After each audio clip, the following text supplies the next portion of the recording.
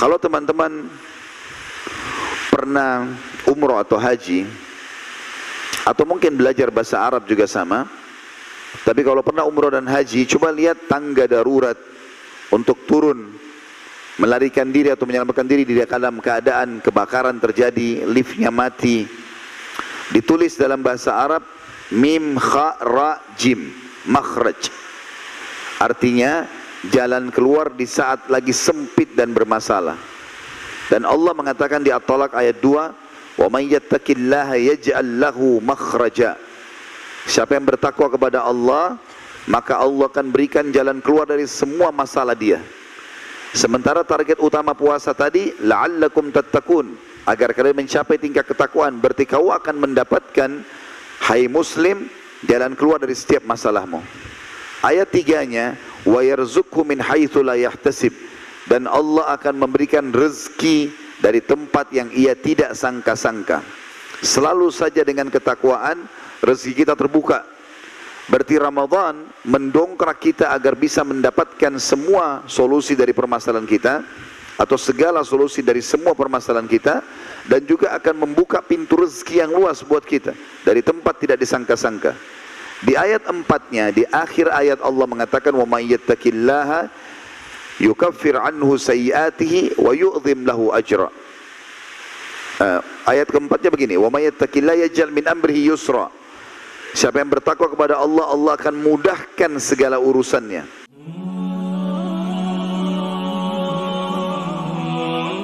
Assalamualaikum warahmatullahi wabarakatuh. Innal hamdalillah, segala puji dan puja kehadirat Allah. Nahmaduhu wa nasta'inuhu wa nastakbiruh. Hanya kepadanya kita memuji, meminta pertolongan serta bertaubat dari dosa-dosa kita. Wa na'udzu billahi min syururi anfusina, dan agar hanya kepada Allah pula kita meminta agar dijauhkan dari keburukan-keburukan diri kita. Wa min sayyiati a'malina, dan dari segala keburukan amal perbuatan kita. May yahdihillahu fala mudhillalah, barang siapa yang telah Allah berikan petunjuk maka tidak akan pernah sesat selamanya. Wa may yudlilhu fala hadiyalah, dan barang siapa yang telah Allah berikan petunjuk maka tidak akan pernah sesat selamanya. Asyhadu an la ilaha illallah wahdahu la syarikalah wa asyhadu anna Muhammadan abduhu wa rasuluh. Saya bersaksi tidak ada Tuhan yang berhak disembah kecuali Allah, dan Muhammad benar-benar hamba juga utusannya. Qala Allah Ta'ala, Allah mengingatkan dalam kitabnya, ya ayyuhalladzina amanu taqullaha haqqa tuqatihi wa la tamutunna illa wa antum muslimun. Hai sekalian orang-orang yang beriman, bertakwalah kepada Allah dengan sebenar-benar takwa. Dan makna takwa adalah tunduk, sebenar-benar tunduk kepada satu-satunya pencipta semua yang di langit, semua yang di bumi, semua yang di kedalaman lautan, terjangkau atau tidak terjangkau oleh mata kita, yaitu Allah. Dan jangan kalian meninggal dunia kecuali dalam keadaan Islam. Di ayat yang lain, qala Allah Ta'ala, ya ayuhan nasu taqu rabbakum alladhi khalaqakum min nafsin wahidah wa khalaqa minha zawjaha wa batha minhuma rijalan katsiran wa nisaa wattaqullaha alladhi tasaaluna bihi wal arham innallaha kana 'alaikum raqiba. Hai sekalian manusia, sekali lagi bertakwalah, hanya patuh dan tunduklah kepada Allah yang telah menciptakan kalian dari jiwa yang satu, yaitu Adam alaihissalam, dan telah menciptakan dari jiwa yang satu istrinya Hawa alaihissalam, dan telah banyak memberikan keturunan laki-laki juga perempuan dari keduanya. Sekali lagi bertakwalah, hanya patuhlah kepada Allah dan jagalah hubungan silaturahim. Sesungguhnya Allah senantiasa mengawasi kalian. Di ayat yang ketiga, qala Allah Ta'ala, ya ayuhan nas, ya ayyuhalladzina amanu taqullaha wa qulu qawlan sadida yuslih lakum a'malakum wa yaghfir lakum dhunubakum wa may yuti'illaha wa rasulahu faqad faza fawzan 'azima. Hai sekalian orang-orang yang beriman, sekali lagi bertakwalah, hanya patuh dan tunduklah kepada Allah. Halal yang boleh hanya yang ia halalkan, dan haram yang dilarang hanya yang ia haramkan. Dan ucapkan kalimat yang benar, jujur, niscaya dia akan memperbaiki amal-amal perbuatan kalian, mengampuni dosa-dosa kalian. Barang siapa yang mentaati Allah dan Rasulnya, maka dia telah mendapatkan kemenangan yang besar.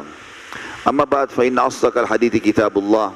Kita tahu sebaik-baik rujukan umat Islam dalam segala lini kehidupan mereka adalah kitabullah, Al-Quran. Wa khair hadyu Muhammadin sallallahu alaihi wasallam. Dan sebaik-baik petunjuk bagi umat Islam terutama dalam ibadah mereka adalah setelah Al-Quran, sunnah Nabi alaihi salatu wassalam.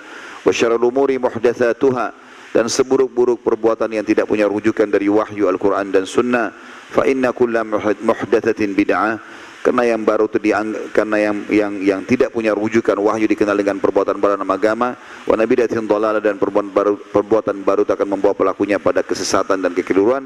Wa jalan finar, kesesatan akan membawa pelakunya ke dalam api neraka. Saudaraku si iman, apa yang saya bacakan tadi dikenal dengan khutbah hajah. Nabi kita Muhammad sallallahu alaihi wasallam tidak pernah melewatkan momen-momen penting, baik dua hari raya, Idul Fitri dan Idul Adha, ataupun akan mengirim pasukan perang, atau momen-momen yang lainnya, kecuali beliau mengingatkan sallallahu alaihi wasallam 3 ayat tentang pentingnya bertakwa dan tunduk hanya kepada Allah, dan pentingnya dalam ibadah berpegang pada Al-Quran dan Sunnah. Sebelum kita mulai materi kita, saya akan menjalankan hadis Nabi SAW, man lam yashkurun nas la yashkurullah. Siapa yang tidak berterima kasih pada manusia maka belum berterima kasih pada Allah. Maka kami ucapkan secara pribadi jazakumullahu khairan kepada seluruh jajaran yang terlibat dalam acara Tabligh Akbar ini, baik itu dari jajaran pemerintahan, pengurus masjid, seluruh teman-teman panitia, siapapun, termasuk masyarakat Pekanbaru ini dan di komplek ini di sekitarnya. Semuanya kami hanya bisa mengucapkan jazakumullahu khairan. Semoga Allah balas ini menjadi pahala yang besar. Selanjutnya insyaAllah kita ikhlaskan niat kita untuk hadir di majelis ilmu. Tidak usah lihat siapa yang menyampaikan, tapi apa yang disampaikan. Saya duduk sini bukan karena lebih pintar daripada Bapak Ibu sekalian, tapi kita menjalankan firman Allah Subhanahu wa taala, A'udzu billahi minasyaitonir rajim, fadzakir fa inna dzikra tanfa'ul mu'minin. Saling memberikan peringatanlah, karena peringatan itu sangat bermanfaat bagi orang-orang beriman. Juga baginda Nabi alaihi salatu wasallam bersabda, ad-dinun nasiha. Agama ini memang intinya semuanya nasihat, saling mengingatkan satu sama yang lain. Karena iman itu bertambah dan berkurang, bertambah dengan ketaatan, berkurang dengan kemaksiatan. Maka dengan kehidupan yang kita lalui ini, seringkali iman kita naik dan turun karena adanya pelanggaran dan adanya ketaatan. Oleh karena itu, peringatan ini sangat bermanfaat untuk mengingatkan kembali kita ke jalan Allah Subhanahu wa taala.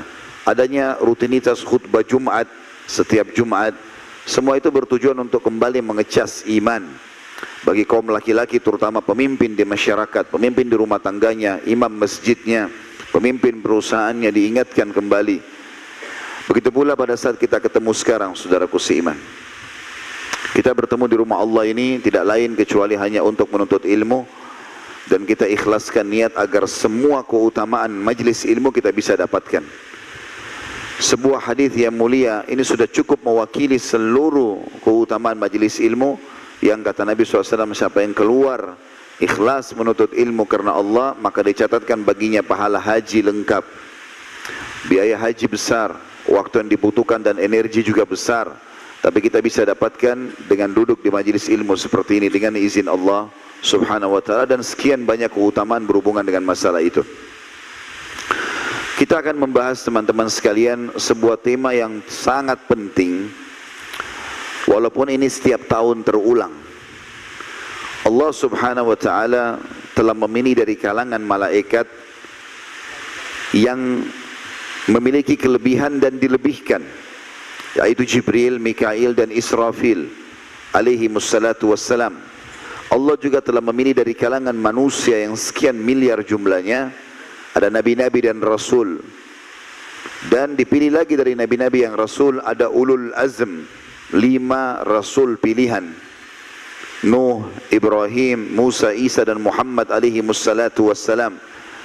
Lalu kemudian dikerucutkan lagi dari seluruh atau 5 orang ulul azm, Nabi Muhammad sallallahu alaihi wasallam adalah yang terbaik, pemimpin anak Adam.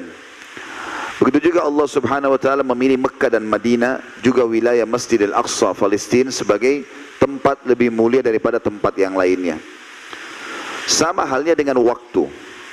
Allah Subhanahu wa taala memilih Jumat lebih baik daripada hari-hari yang lain, bahkan disiapkan waktu mustajab di hari Jumat. Dan demikian pula Allah pilih Ramadan di antara bulan-bulan yang 12 bulan dari bulan-bulan Hijriah sebagai bulan yang akan memimpin bulan-bulan tersebut. Saudaraku seiman, Nabi SAW setiap kali akan tiba Ramadan, beliau mengulangi sabdanya yang mulia. Sabda yang mulia ini diriwayatkan oleh An-Nasa'i dengan sanad sahih di jilid 4 halaman 129. Beliau bersabda, "Atakum Ramadan syahrun mubarak." Telah datang kepada kalian bulan Ramadan yang sifat pertamanya bulan ini penuh dengan berkah. Makna penuh dengan berkah, saudaraku seiman, adalah bulan di mana Allah Subhanahu wa taala cukupkan semuanya. Berkah artinya cukup. Waktu terasa panjang, banyak hal yang bisa dilakukan. Karena kebanyakan orang kadang-kadang membuang waktu hanya karena mencari tempat untuk makan siang, atau melakukan perbuatan-perbuatan yang mungkin di bulan Ramadan dia tidak lakukan itu. Begitu juga dengan keberkahan makanan dan minuman. Sedikit kita berbuka puasa dan sahur saja sudah cukup. Allah Subhanahu wa taala berkahi semuanya. Pahala-pahala dari ibadah yang kita kerjakan walaupun sama jenis ibadahnya dengan selain Ramadan dilipat gandakan pahalanya. Lalu kata Nabi SAW, "Faradallahu azza wa jal alaikum siyamah." Allah telah mewajibkan untuk kalian berpuasa pada bulan Ramadan itu. Dan puasa ini target utamanya adalah pelatihan agar setiap orang di antara kita meningkat skill spiritualnya atau keimanannya. Itulah yang Allah sebutkan dalam surah Al-Baqarah, yang ayat ini pasti akan selalu dibaca oleh ustadz, kiai kita dengan tujuan mengingatkan umat Islam kembali. A'udzu billahi minasyaitonir rajim. Ya ayyuhalladzina amanu kutiba alaikumus shiyamu kama kutiba alal ladzina min qablikum la'allakum tattaqun. Ini target utamanya akhir ayat. Hai orang-orang beriman, telah dibuatkan untuk kalian program puasa, peningkatan keimanan, syarat atau cara untuk meninggalkan kemaksiatan, sebagaimana telah dibuatkan untuk orang-orang kalian agar kalian mencapai tingkat ketakwaan. Takwa artinya patuh dan tunduk kepada Allah. Dan Allah telah menyebutkan tidak kurang dari 226 ayat atau potongan ayat tentang masalah ketakwaan ini. Dan orang yang bertakwa akan diberikan jalan keluar dari permasalahannya, akan diangkat, akan diberikan rezeki dari tempat tidak disangka-sangka, dilipat gandakan pahalanya, serta diampuni dosa-dosanya. 4 ayat berurut dalam surah At-Talaq menyebutkan masalah itu.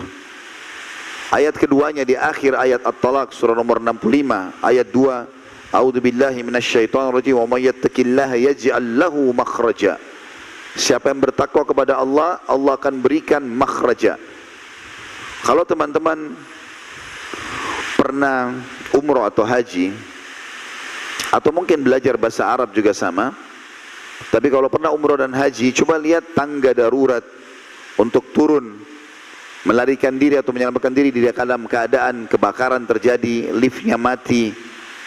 Ditulis dalam bahasa Arab mim kha ra jim, makhraj. Artinya jalan keluar di saat lagi sempit dan bermasalah. Dan Allah mengatakan di At-Talaq ayat 2, wa may yattaqillaha yaj'al lahu makhraja. Siapa yang bertakwa kepada Allah, maka Allah akan berikan jalan keluar dari semua masalah dia. Sementara target utama puasa tadi, la'allakum tattaqun, agar kalian mencapai tingkat ketakwaan. Berarti kau akan mendapatkan, hai muslim, jalan keluar dari setiap masalahmu. Ayat 3-nya, wa yarzuqhu min haitsu la yahtasib, dan Allah akan memberikan rezeki dari tempat yang ia tidak sangka-sangka. Selalu saja dengan ketakwaan, rezeki kita terbuka. Berarti Ramadan mendongkrak kita agar bisa mendapatkan semua solusi dari permasalahan kita, atau segala solusi dari semua permasalahan kita, dan juga akan membuka pintu rezeki yang luas buat kita dari tempat tidak disangka-sangka. Di ayat 4-nya, di akhir ayat Allah mengatakan wa may yattaqillaha yukaffir anhu sayyi'atihi wa yu'dhim lahu ajra. Ayat keempatnya begini, wa may yattaqillaha yaj'al min amrihi yusra. Siapa yang bertakwa kepada Allah, Allah akan mudahkan segala urusannya. Ulama tafsir mengatakan relevansi antara ayat kedua At-Talaq dengan ayat keempat. Ayat kedua makhraja, jalan keluar. Ayat keempat yusra, kemudahan. Kata ulama, andai saja Allah cuma mengatakan makhraja, ada jalan keluar, tapi belum dirincikan seperti apa, mudah atau sulit. Misal orang sembuh tapi harus operasi dulu. Orang memulai usaha harus pinjam dulu modal. Itu juga makhraja, jalan keluar. Tapi ayat 4 menekankan tentang yusra, akan mudah. Mungkin tanpa operasi bisa sembuh, tanpa melalui modal yang harus dia pinjam, dia bisa memulai usaha. Dengan sedikit dagang Allah berkahi lalu jadi banyak modalnya sendiri. Di ayat 5-nya Allah subhanahu wa ta'ala mengatakan di akhir ayat 5 At-Talaq. Jadi ini ayat 2, ayat 3, ayat 4, ayat 5. Ayat 5-nya Allah mengatakan wa may yattaqillaha yukaffir anhu sayyi'atihi wa yu'dhim lahu ajra. Siapa yang bertakwa kepada Allah, Allah akan membersihkan semua dosanya dan Allah akan melipat gandakan balasan pahalanya. Dalam surah Al-Imran, surah nomor 3 ayat 133, Allah juga memastikan bahwasanya yang akan masuk surga hanya orang yang bertakwa saja.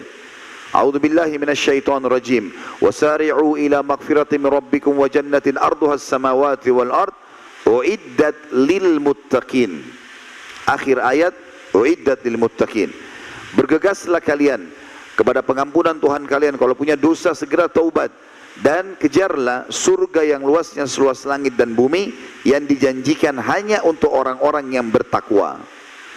Jadi banyak sekali dalam agama ini keutamaan orang yang bertakwa, dan Ramadan kita sedang digodok untuk mencapai level itu. Bagaimana caranya Ustaz? Sederhana. Ikuti programnya. Kita akan jelaskan nanti amalan-amalan apa yang kita kerjakan di Ramadan supaya mencapai targetnya. Sayang sekali kalau kita kerja di satu kantor, kita diikutkan oleh kantor di sebuah lembaga pelatihan dengan tujuan agar skill kita naik, supaya kita bertambah ilmu, bisa meningkatkan penjualan misalnya, atau omset di perusahaan atau di yayasan, atau meningkatkan apalah ya, kualitas pendidikan di lembaga pendidikan. Lalu kita tidak maksimalkan, datang ke tempat pelatihan hanya tidur saja, maka itu sayang sekali dan rugi dibayarkan orang seperti ini. Teman-teman sekalian, dilanjutkan hadis oleh Nabi SAW, tuftahu fihi abwabus sama. Pada Ramadan itu, selain dia bulan penuh dengan berkah, dan juga dia adalah diwajibkan berpuasa untuk mencapai tingkat ketakwaan, dikatakan dibuka seluruh pintu langit. Dan langit ada 7 lapis di atas kepala kita, semuanya punya pintu-pintu. Riwayat lain mengatakan dibuka semua pintu surga, tidak satu pun pintunya yang tertutup. Mungkin kalau ada yang bertanya, apa manfaatnya Ustaz? Kita masih hidup di dunia, pintu surga dibuka, kira-kira apa manfaatnya? Maka kita memberikan gambaran bahwasanya yang dimaksud sini, kata sebagian ulama, adalah dibuka pendaftarannya.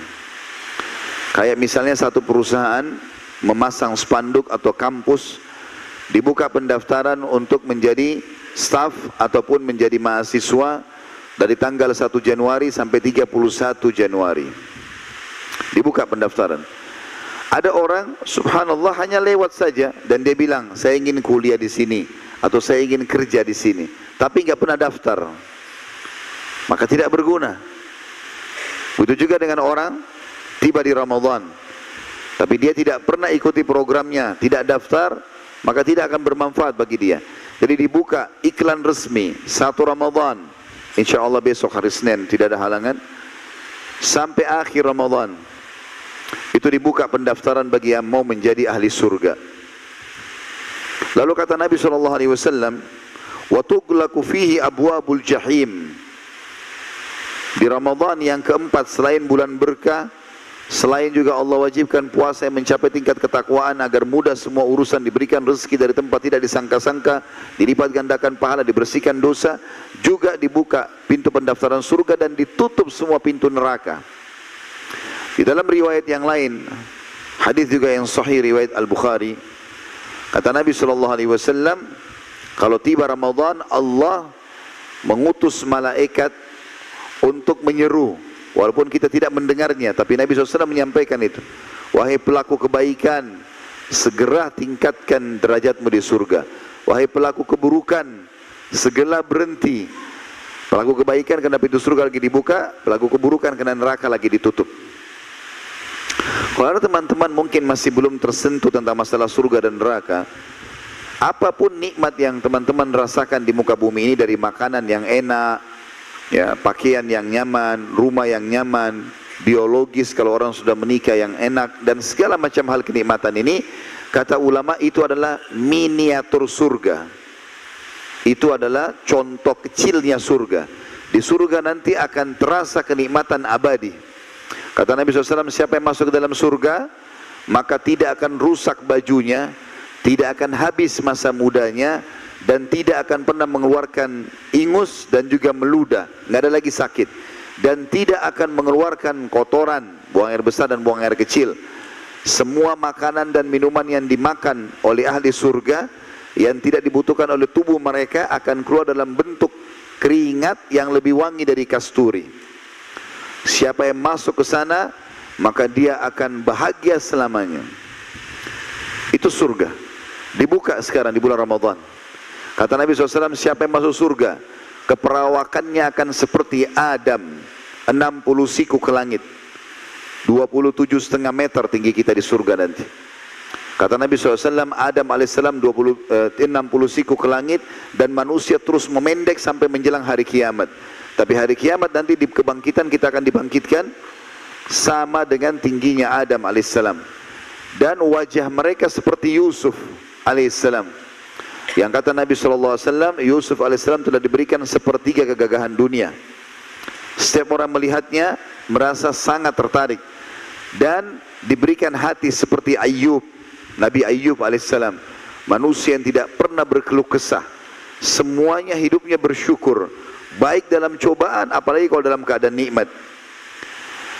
Kemudian juga ada hadis-hadis yang lain yang kata Nabi SAW, sesungguhnya ahli surga akan diberikan istana-istana yang megah, sampai seseorang di antara mereka tidak pindah dari satu sisi istananya karena nikmatnya itu selama 70 tahun, baru dia pindah ke sisi yang lain.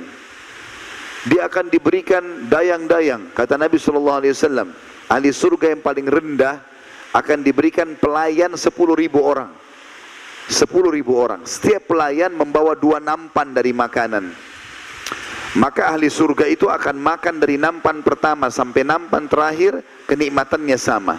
Karena ahli surga tidak akan pernah merasakan lapar dan tidak akan pernah merasakan lagi kenyang. Mereka makan bukan karena lapar, mereka berhenti bukan karena kenyang. Kalau kita makan karena lapar, kita targetnya menghabiskan makanan, maka kenikmatan makanan jadi hilang. Tapi kalau kita dalam kondisi tidak lapar, kemudian kita juga tidak kenyang, ditawarkan mau makan apa pak, mau makan apa bu, kita mesti bisa milih. Oh saya mau makan ini, saya mau makan, karena dia bisa nikmati, perutnya nggak lapar. Begitu juga kalau orang kenyang, kalau kenyang dia nggak bisa makan lagi, kenikmatan makanan hilang. Kalau dia sudah makan 2 piring, dikasih lagi ayam bakar, dikasih lagi ini, dia nggak bisa makan lagi. Maka ahli surga, kata Nabi SAW, makan dari nampan pertama sampai nampan terakhir, semuanya kenikmatannya sama, karena tidak ada lagi rasa kenyang. Setiap yang sudah tidak dibuka oleh tubuh keluar dalam bentuk keringat, keringat itu pun lebih wangi dari kasturi. Juga disebutkan dalam hadis yang lain, sesungguhnya ahli surga akan mendapatkan istana-istana yang istana tersebut mengalir di bawahnya sungai. Dalam banyak ayat Al-Quran tentang surga dikatakan tajri min tahtihal anhar, mengalir di bawahnya sungai. Tapi jangan dibayangkan seperti sungai kita ini, karena disebutkan oleh Ibnu Abbas radhiyallahu anhu, sungai-sungai di surga bukan seperti yang kalian bayangkan. tapi air yang mengalir tidak menyentuh tanah dan tidak tertumpah ke sana sini, sehingga dia berada di atas sana. Dan setiap ahli surga ingin meminum sesuatu atau sedikit darinya, maka dengan sendirinya dia hanya niat ingin minum, akan ada piala atau gelas atau canteng yang akan tersentuh ke air tersebut, lalu datang sendiri kepada dia, kemudian dia minum. Dan Allah memuji wadah-wadah ini sambil mengatakan, sungguh benar-benar sudah diukur dengan takaran yang tepat untuk mulutnya ahli surga, untuk kadar minuman yang keluar darinya. Kenikmatan yang abadi, yang luar biasa. Kalau kita ingin sebutkan tentang surga ini, tidak akan pernah habis bahasannya. Tapi teman-teman kalau ingin lebih jauh, bisa menonton ceramah kami di YouTube, judulnya Membedah Buku Rasulullah SAW Cerita Tentang Surga dan Neraka. Saya sudah bicara 32 atau 33 pasal tentang surga dan juga tentang neraka. Intinya surga kenikmatan abadi yang sulit untuk digambarkan. Dan salah satu puncak kita bisa mendapatkan surga adalah dengan datangnya Ramadan, dibuka pendaftarannya. Begitu juga dengan neraka. Semua rasa sakit yang pernah kita rasakan, sakit hati kah, sakit badan kah, ya, apa saja yang kita tidak nyaman, pernah jatuh, keselio, tabrakan, demam, semua itu adalah miniatur neraka. Miniatur neraka. Kata Nabi SAW tentang demam misalnya, kalau kalian sedang demam, ketahuilah itu adalah bagian dari panasnya api neraka. Oleh karena itu dinginkanlah dengan air. Kita pernah demam sampai 40 derajat misalnya panasnya, merasa nggak nyaman semuanya, tidur nggak bisa, makan nggak bisa, itu bagian dari api neraka. Begitu juga dengan cuaca yang sangat panas. Kata Nabi SAW dalam hadis yang sahih, sesungguhnya neraka mengeru kepada Allah karena sebagiannya membakar sebagian yang lain. Maka Allah pun mengizinkan neraka untuk bernafas 2 kali. Itulah yang kalian temukan di panas yang sangat dan di dingin yang sangat. Artinya di sini itu adalah bagian dari api neraka. Dan surga dan neraka ini sudah ada dari sebelum kita manusia diciptakan. Sebagaimana hadis Bukhari menjelaskan, kata Nabi SAW, sesungguhnya pada saat Allah menciptakan surga, sebelum penciptaan manusia, Allah menyuruh Jibril untuk datang dan melihatnya lalu memberikan pendapatnya. Maka Jibril pun datang dan mengatakan, sesungguhnya, atau Allah tanya, bagaimana pendapatmu? Dia mengatakan, ya Allah, tidak ada satupun dari hambamu yang melihat atau mendengarkan tentang surga ini kecuali pasti akan berusaha masuk di dalamnya. Lalu kemudian Allah SWT lihatkan Jibril neraka. Setelah dia pulang dari neraka ditanya sama Allah, pergi lihat ke sana kembali lagi, bagaimana pendapatmu? Jibril mengatakan alaihissalam, tidak ada satupun hambamu yang dengar saja neraka kecuali mereka pasti akan berlindung dan menjauhkan diri darinya karena beratnya siksaan. Maka Allah Subhanahu wa taala menghiasi surga dengan hal-hal yang tidak disukai, bangun sholat malam, puasa, ya, menjaga diri supaya selalu jujur seumur hidup, mencari rezeki halal, butuh kontrol. Dan dihiasi neraka dengan hawa nafsu yang buruk. Maka setelah itu Jibril disuruh datang lihat lagi. Setelah Jibril melihat keduanya mengatakan, ya Allah, tentang surga, aku tidak menyangka ada hambamu yang bisa lolos untuk masuk ke surga. Kemudian dilihat neraka, kata Jibril, aku tidak menyangka ada hambamu yang bisa lolos tidak masuk ke neraka. Jadi surga neraka sudah ada. Bahkan Nabi SAW mengatakan, siapapun yang memohon kepada Allah, ada 2 riwayat, 3 kali dalam sehari, riwayat lain 7 kali dalam sehari, surga akan merespon langsung sambil mengatakan, ya Allah, hambamu fulan memohon masuk ke dalamku, masukkanlah ia. Lalu kalau kita berlindung dari neraka kepada Allah 3 kali atau 7 kali dalam sehari, kita bilang misalnya, ya Allah, aku mohon surgamu. Kalau kita bisa tambah dengan tanpa hisab lebih baik. Dan aku berlindung dari api nerakamu. Kita baca ini 3 atau 7 kali, neraka pun akan mengatakan, ya Allah, hambamu fulan telah berlindung kepadamu dariku, maka jauhkanlah ia dariku.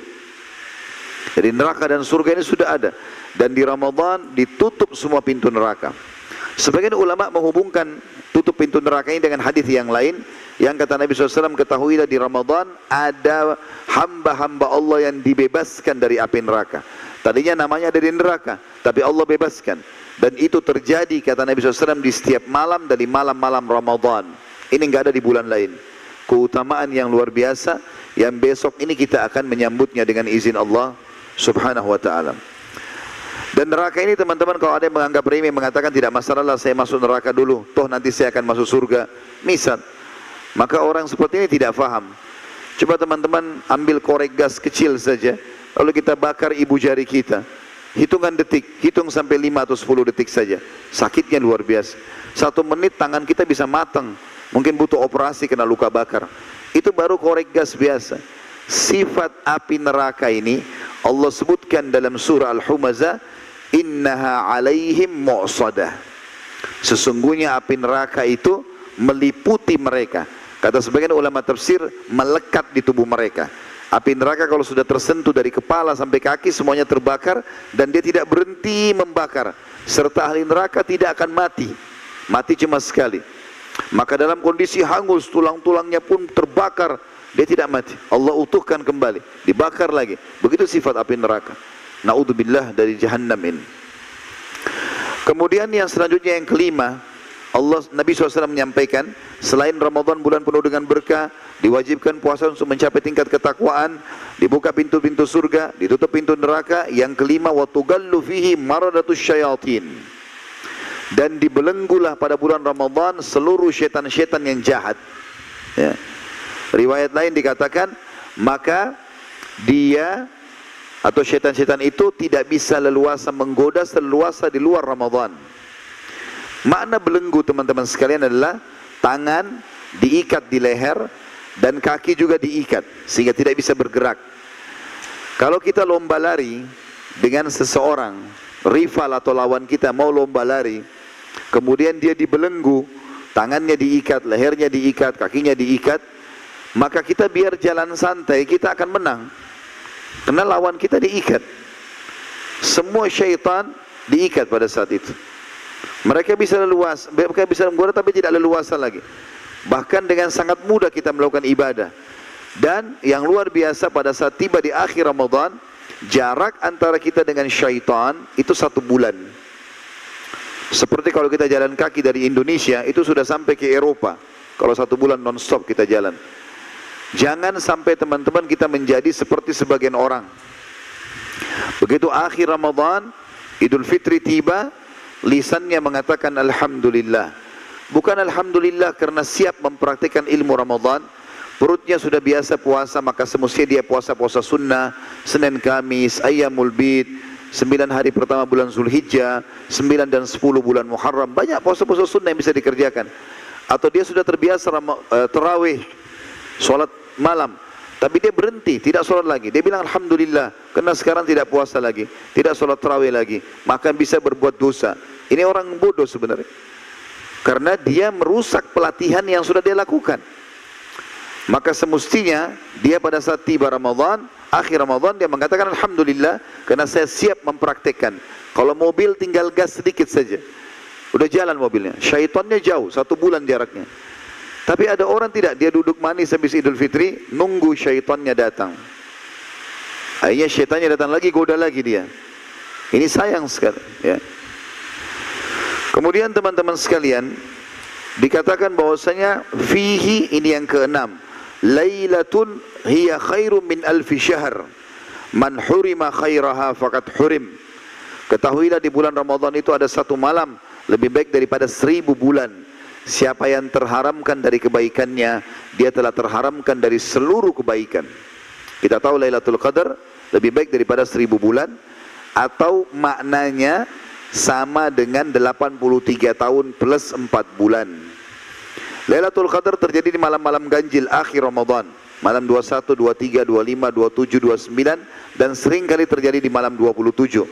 Tapi dia berputar, kata sebagian ulama. Allah Subhanahu wa taala sengaja merahasiakan itu agar kita lebih berijtihad, berusaha untuk bisa mengejar Lailatul Qadar itu. Dan siapapun yang diberikan taufik oleh Allah bisa beribadah pada saat itu luar biasa, karena semua orang akan melaluinya. Semua orang akan melaluinya.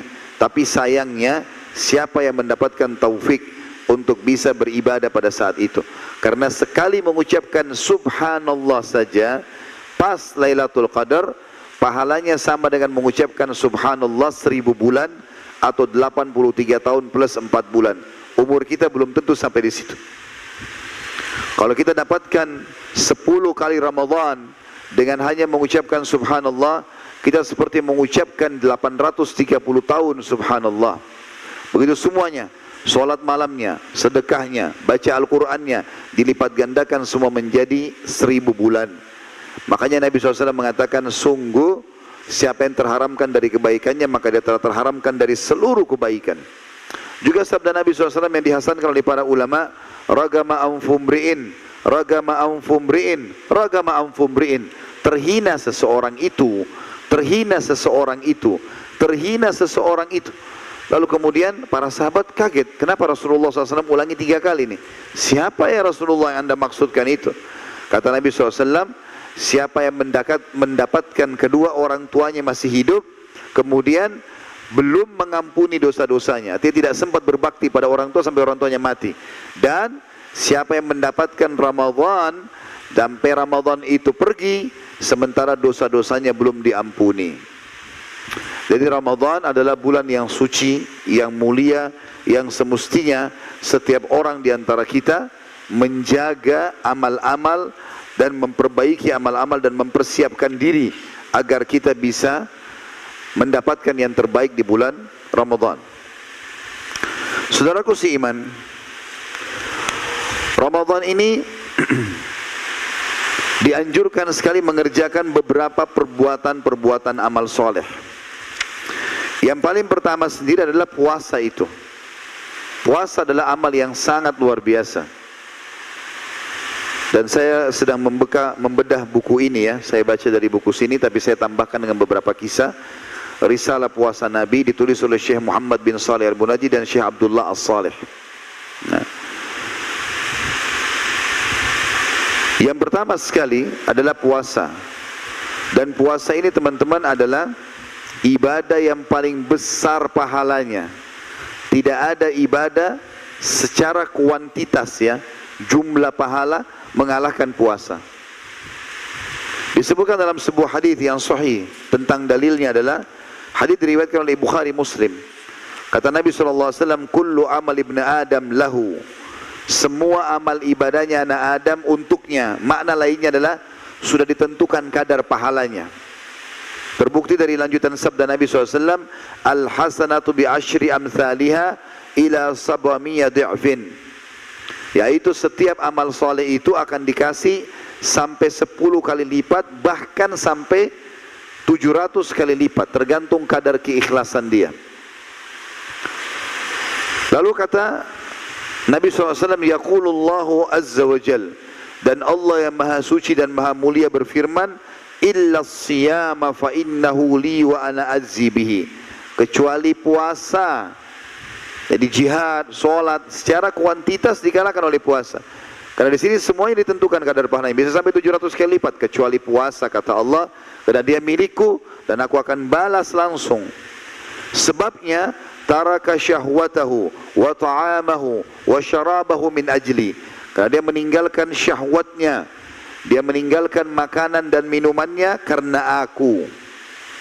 Lis-shaimi farhatan. Orang yang puasa akan diberikan 2 kebahagiaan dan kegembiraan.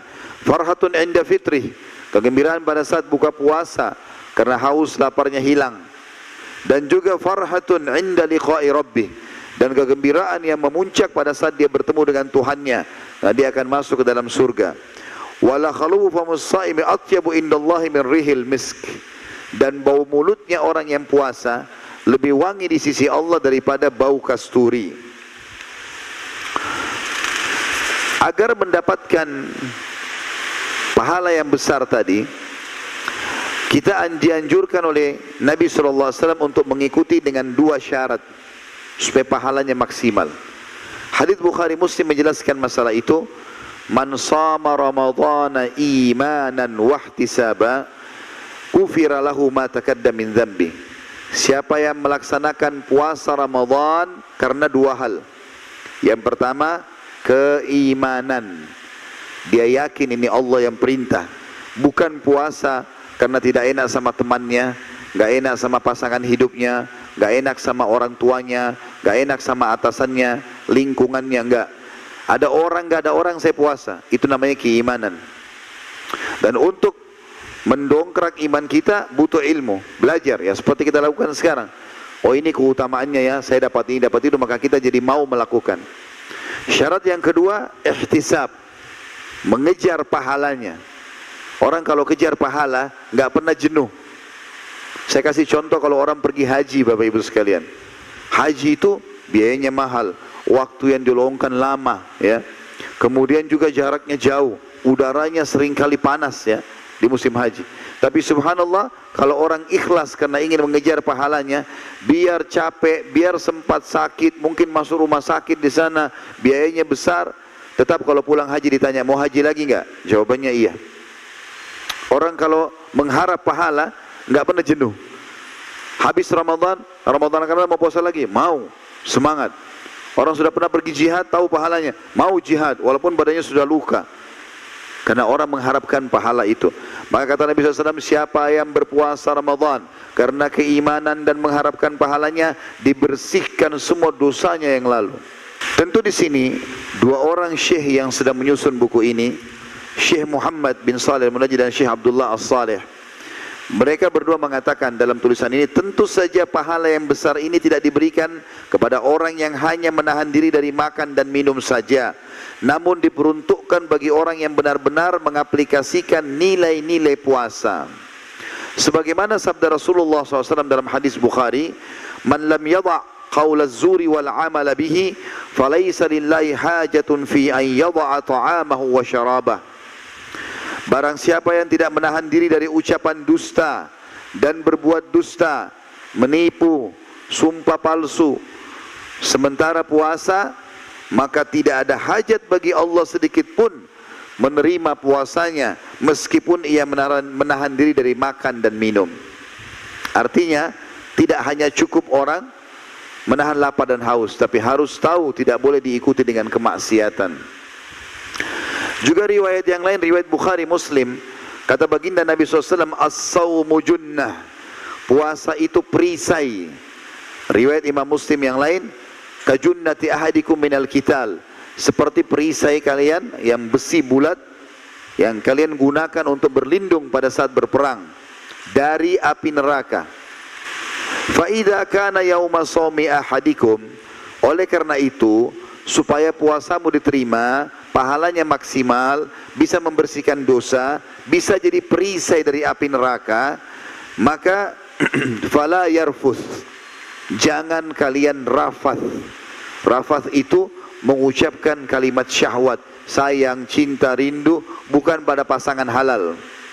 Kalau suami istri boleh, tapi kalau selain ini tidak boleh. Puasa mentraining kita supaya terbiasa tidak mengucapkan kalimat yang indah ini kepada tempat yang salah. Kalau pada pasangan suami istri dibolehkan. Wala yafsuk, jangan dia berbuat kejahatan apapun. Wala yajhal, jangan menyia-nyiakan waktu, berbuat kebodohan. Supaya bisa dari perisai dari api neraka, nggak boleh buang-buang waktu, sia-siakan pada hal yang tidak ada gunanya. Ada orang puasa dari pagi sampai menjelang maghrib tidur terus. Bangun cuma sholat, tidur lagi. Puasanya cuma 1 jam. Puasa bukan untuk bermalas-malasan. Awal diperintahkannya puasa Ramadan tahun 2 Hijriah ya. Dan itu pas dipuasakan, diperintahkan puasa Ramadan. Pada saat itulah diperintahkan juga oleh Allah perang Badr, dan sahabat berpuasa pada saat itu dalam kondisi berperang. Puasa bukan untuk bermalas-malasan. Sekarang ini syaitan, besok mungkin Ramadan dia akan dibelenggu. Sekarang dia akan gencar menanamkan persepsi negatif.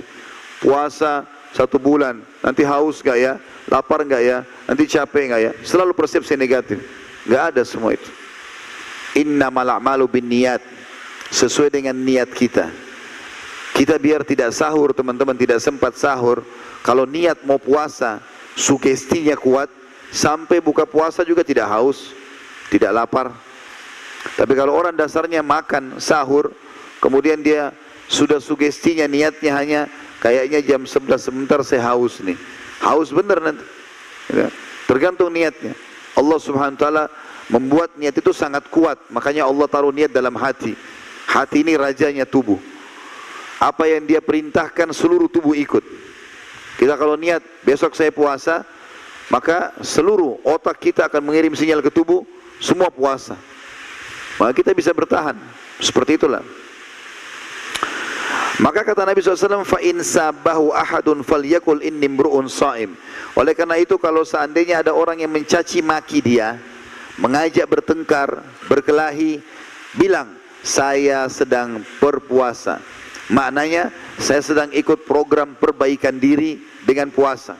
Saya nggak akan ribut-ribut, nggak akan berantem, nggak akan buat kejahatan, nggak akan dusta. Sebulan kita dilatih untuk itu. Bagaimana kita nggak capek ketakwaan ini? Sudah digodok ibadah, puasa siang hari, malamnya sholat, ya. Kemudian kita juga dilarang buat ini dan itu selama sebulan. Tentu kita semestinya menjadi orang yang sangat luar biasa. Kalau Ramadan saja teman-teman sekalian kita nggak jadi orang baik, kira-kira kapan kita jadi orang baik? Kalau Ramadan kita tidak puasa, kira-kira kapan kita puasa? Kalau Ramadan kita tidak tarawih, baca Quran, bersedekah, berzikir, hadir majelis ilmu, kira-kira kapan kita lakukan? Sementara seluruh dunia lakukan itu dari kaum muslimin. Kita ke Eropa, kita temukan muslim sama, siang hari puasa, malamnya tarawih. Mereka sibuk bersedekah, baca Quran. Kita ke Timur Tengah sama, kita ke Asia Tenggara sama, kita ke Australia sama, semuanya sama. Ke Afrika juga sama. Maka kalau saat itu semua umat Islam lagi berbuat baik, kita tidak baik, kira-kira kapan kita baik? Ini kesempatan emas. Sayang sekali, terutama generasi muda saya ingatkan teman-teman sekalian, kesempatan hadir di masjid, rumah Allah. Kalau Allah mudahkan seperti di kecamatan Anda ini ada masjid seperti ini rumah Allah. Jangan dibiarkan kosong, kesempatan. Kata Nabi SAW, siapa yang datang ke masjid, maka Allah siapkan satu istana di surga. Dan siapa yang pulang dari masjid, habis sholat, maka disiapkan satu istana di surga. Ini bukan di pusat kota Pekanbaru dikasih istana. Dikasih istana di surga. Hanya pergi sholat, pulang, dapat 2. Satu hari 5 sholat, berarti 10 istana setiap hari. Kenapa sholat di rumah ini? Kenapa enggak sholat di masjid? Kata Nabi SAW, maukah aku tunjukkan kalian amal yang paling cepat mengangkat derajat di surga? Kata para sahabat, tentu ya Rasul. Kata Nabi SAW, perbanyak langkah-langkah menuju ke masjid. Langkah. Ketahuilah setiap langkah, kata Nabi SAW, satu langkah mengangkat derajat di surga, langkah yang lain mengampuni dosa. Belum lagi sholat berjamaahnya. Yang kata Nabi SAW, sholat berjamaah itu dibandingkan dengan sholat sendiri, perbandingannya 27 derajat. Kata Ibnu Abbas radhiyallahu anhu, 1 derajat nanti di surga antara orang sholat sendiri dengan berjamaah itu jaraknya 500 tahun. Berarti sekali perbedaan sholat berjamaah di masjid dengan sholat sendiri itu 12.000 tahun jaraknya. Bagaimana dengan orang yang tiap hari sholat, 5 waktu sholat? Belum lagi sabda Nabi SAW, siapa yang tidak ketinggalan takbiratul ihram pertama imam Allah Akbar, dia juga Allah Akbar, tidak ketinggalan 1 rakaat pun. Bukan 1 rakaat, takbirnya imam Allah Akbar, dia juga Allah Akbar. Selama 40 hari, maka Allah akan menghapus darinya sifat kemunafikan. Tidak akan pernah dusta insya Allah seumur hidupnya. Tidak akan khianati amanat, ya. Tidak akan ingkar janji. Maka manfaatnya besar sekali. Kalau kita masuk masjid teman-teman sekalian, atau seperti Ramadan, nanti akan kita bahas di poin kedua tentang masalah sholat tarawih. Jangan cuma duduk depan masjid, ngobrol kosong. Masuk ke dalam masjid, ikut sholat. Mungkin sholat itu adalah sholat terakhirmu. Mungkin, kita tidak tahu.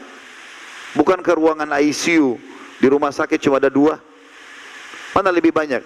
Orang yang dirawat di rumah sakit atau orang yang lula-lalang di depan rumah sakit?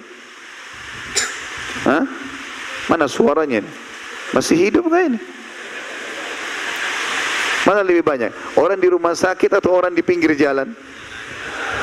Berarti lebih banyak orang mati nggak sakit. Hah? Karena buktinya orang yang sakit di rumah sakit jumlahnya lebih sedikit daripada orang lula-lalang. Berarti yang sehat lebih banyak. Tidak harus tunggu kita masuk rumah sakit baru meninggal. Mungkin sholat Anda itu adalah sholat terakhir. Berapa banyak orang begitu? Kemarin di Saudi ada kisah nyata begitu. Seorang supir mobil menceritakan, ada 2 anak muda adik kakak sewa mobil dia. Kemudian masuklah di mobil, jalan keluar kota, di tengah jalan waktu sholat masuk. Si supir ini orang soleh.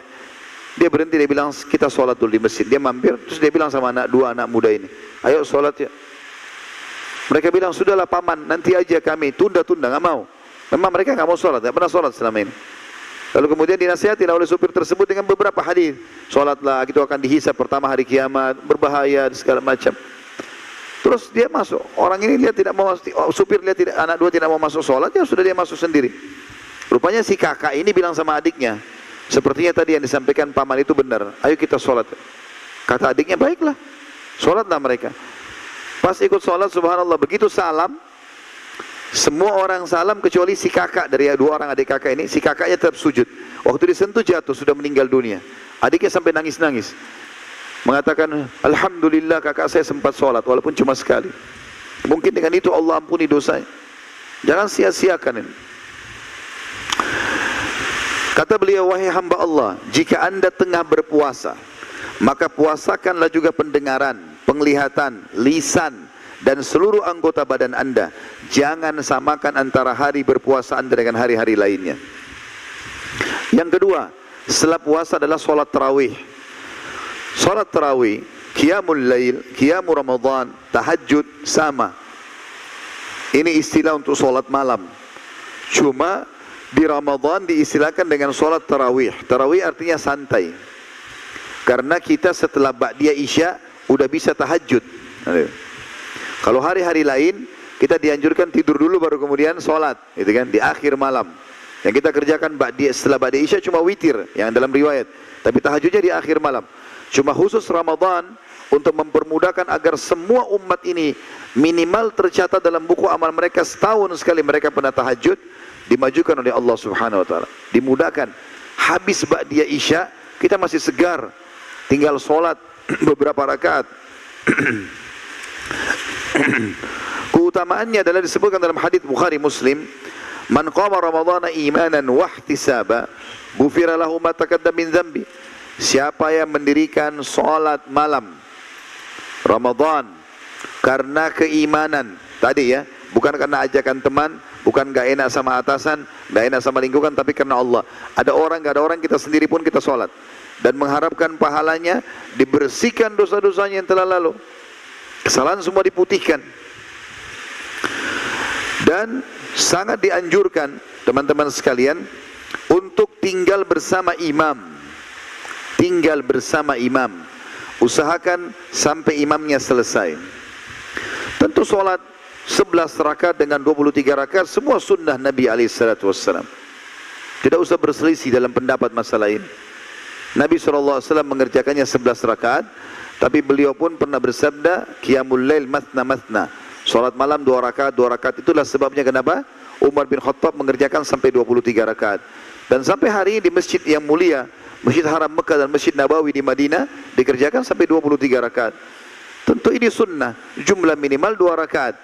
Tapi usahakan kita cari masjid yang masjid itu mengerjakan jumlah yang kita inginkan. Ada sedikit alasannya tentang masalah ini. Misalnya kita ingin 11, cari masjid yang 11, 23, 23. Bukan karena membeda-bedakan ya. Tapi ada hadisnya begini. Kata Nabi SAW, dan ini ditulis oleh dua syekh ini, beliau mengatakan, wahai saudaraku, sebaiknya engkau menyempurnakan sholat tarawih bersama imam, agar engkau termasuk orang-orang yang menghidupkan Ramadan semalam suntuk. Hadisnya, hadis diriwayatkan Abu Dawud, Tirmidzi, An-Nasai dan Ibnu Majah. Kata baginda Nabi SAW, man qama ma imami hatta yansarifa kutiba lahu qiyamul lailah. Siapa yang sholat tarawih di malam hari Ramadan bersama imamnya sampai imamnya bubar, sampai rakaat witir terakhir, ya, maka dicatatkan baginya sholat semalam suntuk. Seperti dia habis maghrib, sholat 2 rakaat, salam, berdiri lagi, sholat 2 rakaat, salam, sampai subuh. Itu berat sekali. Tapi kita bisa dapatkan pahalanya hanya sholat tarawih bersama imam sampai imam bubar. Ini garis bawah ini. Jadi jangan buru-buru pulang ke rumah, gitu kan? Kita kerjakan bersama imam. Dan yang sudah bilang tadi, tarawih adalah qiyamul lail juga. Artinya kalau sudah tarawih nggak apa-apa nggak tahajud. Tapi kalau ada orang mau tahajud itu haknya dia. Karena sholat sunnah boleh saja dia lakukan. Walaupun ada khilaf di antara ulama. Tapi di Masjid Haram Mekah dan Masjid Nabawi di Madinah, di 10 terakhir Ramadan itu ada tarawih 20 rakaat, witirnya ditunda di akhir malam. 20 rakaat, nanti jam 12 malam ke atas ada lagi sholat 11 atau 13 rakaat. Jadi di Mekah sama Madinah itu hampir 33 rakaat setiap malam di akhir Ramadan. Ada tarawih, ada lagi ditambah dengan qiyamul lail, tergantung orang mau tambah pahala. Yang ketiga teman-teman sekalian adalah perbanyak sedekah. Keluarkan harta, terutama Ramadan. Jadikan momentum ini adalah momentum yang sangat tepat untuk supaya kita bisa meraih pahala sedekah. Dan sedekah ini pangkal kaya. Semalam sudah kita bahas masalah itu dengan judul kayalah dengan sedekah. Kalau orang kapitalis mengatakan menabung pangkal kaya, orang Islam mengatakan sedekah pangkal kaya. Dan tidak akan pernah bisa ketemu. Nabung artinya tidak keluarkan, sedekah artinya keluarkan. Tidak bisa ketemu konsep kita sama mereka. Makanya saya tadi malam tekankan dan saya ingatkan kembali, mungkin ada di sini jemaah yang tidak sempat hadir. Mulai sekarang jangan belikan anak-anak kita celengan, suruh mereka nabung. Tapi kasih uang jajan, bilang kalau ada temanmu di sekolah tidak punya makanan, belikan. Ada kotak amal masjid, masukkan. Bantu kalau ada orang miskin di pinggir jalan, latih dia bersedekah. Karena sedekah pangkal kaya. Begitu memang dalam hadis Bukhari. Kata Nabi SAW, Allah berfirman, Yaqulullahu ta'ala, Ya ibna Adam, anfik unfik alaik. Wahai anak Adam, berinfak di jalanku, aku akan berinfak kepadamu. Dalam hadis Bukhari yang lain, ma naqassa malu min sadaqah, tidak akan berkurang harta seorang hamba karena sedekah. Tidak mungkin, bertambah ia. Ada sebuah hadis diangkat oleh penulis di sini, riwayat Tirmidzi. Kata Nabi SAW, afdalus sadaqati sadaqatu fi Ramadan. Sedekah yang paling afdal adalah di bulan Ramadan. Hadis ini tentu sebagian ulama melemahkannya, tapi di sini penulis pengangkatnya. Dan hadis yang sahih adalah Rasulullah SAW sangat dermawan, dan beliau lebih dermawan lagi di bulan Ramadan. Dan itu hadis yang sahih diriwayatkan Imam Bukhari Muslim. Beliau lebih suka lagi bersedekah di bulan Ramadan. Di antara sedekah yang sangat besar pahalanya di bulan Ramadan adalah memberikan makan orang, terutama membuka puasakan orang. Memberi makan kepada orang ini pahalanya sangat besar. Ya. Di dalam sebuah hadis yang diangkat oleh penulis riwayat Tirmidzi dengan sanad hasan, baginda Nabi SAW bersabda, ayyuma mu'minin at'ama mu'minan ala ju'in at'amahu Allahu min thimaril jannah, wa man saqa mu'minan ala dhama'in saqahu Allah min rahikil makhtum. Siapa saja di antara orang mukmin yang memberi makan saudaranya sama mukmin yang lapar. Tentu orang kalau puasa, pada saat buka puasa lapar. Niscaya Allah akan memberinya buah-buahan surga. Siapa saja di antara orang mukmin yang memberi minum saudaranya seorang mukmin yang dahaga, dan kita tahu orang puasa pada saat buka puasa haus, Allah akan memberinya minuman dari rahikil makhtum, atau minuman yang mulia di surga. Sebagian salaf berkata, maksudnya orang-orang terdahulu yang saleh sebelum kita, mengundang makan 10 orang dari sahabat-sahabatku dengan makanan yang mereka gemari, lebih aku sukai daripada membebaskan 10 orang budak dari keturunan Nabi Ismail. Traktir orang, kasih makan. Jangan cuma tahu tunggu di traktir. Masuk restoran sama teman-temannya, tunggu siapa duluan ke kasir. Bakhil, pelit, tidak boleh. Ramadan melatih kita untuk itu, supaya mengubah pola kita. Sedekah, ya, bahkan sedekah yang paling afdal adalah memberikan orang sebelum orang itu minta. Kalau ada orang jemput bola, dia datang, maksudnya di sini dia datang ke rumah orang miskin, dia datang menjemput, memberi sebelum orang minta, itu lebih afdal daripada dia tunggu nanti ada orang minta baru dia kasih. Kalau Anda tinggal di sebuah komplek perumahan, seminggu nggak ada orang miskin masuk, berarti tidak sedekah. Enggak, kita pergi, gitu kan? Juga sebagian ulama salaf selalu menyediakan buka puasa bagi orang yang berpuasa, padahal mereka sendiri juga lagi puasa, seperti perbuatan Abdullah bin Umar, Daud At-Tai, Malik bin Dinar, Ahmad bin Hanbal dan lain-lainnya. Bahkan Abdullah bin Umar radhiyallahu anhuma tidak pernah berpuasa kecuali bersama fakir miskin dan anak-anak yatim. Banyak juga di antara mereka yang menyediakan makanan bagi teman-temannya padahal ia sedang berpuasa. Kalau ada yang sedang puasa Senin Kamis misalnya, teman-temannya datang ke rumah, tetap dilayani teman-temannya karena besarnya pahala memberikan makan ini. Hadis tentang membuka puasakan orang secara khusus, kalau tadi itu memberikan makan umumnya ya. Hadis tentang keutamaan membuka puasakan orang adalah hadis yang masyhur riwayat Ahmad dan An-Nasa'i dengan sanad sahih. Kata baginda Nabi SAW, man fattara sha'iman kana lahu mithl ajrihi ghaira annahu la yunqasu min ajri sha'imin syai'. Siapa yang membuka puasakan atau menyediakan makanan berbuka bagi orang yang berpuasa, maka ia mendapat pahala seperti orang yang berpuasa tanpa mengurangi pahala orang yang berpuasa itu sedikit pun. Juga Salman Al-Farisi berkata radhiyallahu anhu, "Wa man fattara fihi sha'iman kana maghfiratan lidunubihi wa itqa rakabatihi minan nar kana lahu mithla ajrihi ghaira annahu la yunqasu min ajri shaimi syai'." Barang siapa yang menyediakan makanan berbuka bagi orang yang berpuasa, maka ia akan menjadi penghapus dosa-dosanya. Kalau tadi kita dapat pahalanya dia, ini juga plus kalau kita siapin minum, makan, kurma, apa saja, maka dosa-dosa kita dimaafkan. Dan juga menjadi pembebas dirinya dari api neraka, hanya dengan buka puasakan orang. Dan ia akan mendapatkan pahala seperti orang yang berpuasa tanpa mengurangi pahala orang yang berpuasa itu sedikit pun. Mungkin ada yang bilang, kan kalau buka puasain orang biayanya besar. Kalau dibayangkan adalah nasi campur misalnya, banyak biayanya, mungkin 15.000, 20.000, 30.000 satu porsi. Kalau 500 jemaah banyak juga, gitu kan. Dengarkan apa yang ditanyakan oleh para sahabat, dan dengarkan juga bagaimana wasiat Nabi SAW untuk kita semua untuk mengejar pahala buka puasakan orang ini. Para sahabat sempat bertanya, wahai Rasulullah, dari hadis tadi ya, tidak semua orang mampu menyediakan buka puasa orang yang berpuasa. Maka jawaban baginda Nabi SAW yang mulia, yu'tillahu hadat thawab liman fattara sa'iman ala midhkati labanin au tamratin au syurbati ma'in wa man saqa sa'iman saqahu Allah min haudi syurbatan la yadhma'u ba'daha hatta yadkhulal jannah. Pahala itu, mendapatkan pahala buka puasain orang, dibebaskan dari api neraka, dibersihkan dosa-dosanya, akan diberikan oleh Allah bagi siapa saja yang menyediakan buka puasa bagi orang yang sedang berpuasa, walaupun hanya susu dicampur air. Kalau kita punya satu gelas susu untuk dikasih kepada teman di sebelah, mungkin tidak cukup, maka dibagi dua lalu dicampur air sehingga cuma warna susu tapi rasanya nggak ada lagi susu, itu aja sudah cukup. Atau sebutir kurma, nggak ada yang tidak bisa beli sebutir kurma, sangat murah satu butir kurma.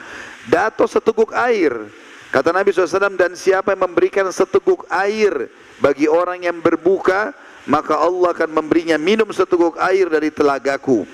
Dia tidak akan dahaga selamanya sampai dia masuk ke dalam surga. Saya ingin berbagi teman-teman sekalian, kalau yang sudah pernah dengar ini, harap ini adalah pengulangan untuk menambah lagi mengecas iman. Yang belum dengar, itu yang kita harapkan supaya didengarkan. Saya punya pengalaman waktu pertama saya masuk ke Saudi di Madinah dulu, waktu kami kuliah tahun 90, awal Ramadan. Saya pernah bilang sama teman-teman orang-orang Indonesia, sama-sama kami mahasiswa, atau waktu itu saya masih SMA ya, kita ke Masjid Nabawi sekalian sholat tarawih. Tanpa saya tahu kalau di Masjid Nabawi ini ada yang lain selain sholat tarawih gitu. Bus disiapkan oleh kampus habis asar, nanti habis tarawih dijemput gitu. Begitu turun dari bus, saya lihat di arah Masjid Nabawi ini, Masjid Nabi SAW, ada banyak orang yang berdiri tapi membelakangi masjid. Jadi mengarah ke orang-orang yang datang. Tapi jumlahnya banyak, bukan satu dua orang, penuh di situ, banyak sekali. Yang terjadi adalah waktu saya turun, saya bertanya-tanya, kenapa orang-orang ini belakangi masjid? Kalau satu orang, dua orang mungkin tunggu temannya, tapi ini banyak, berjejer mereka gitu. Saya terus jalan mendekati mereka karena tujuannya masjid.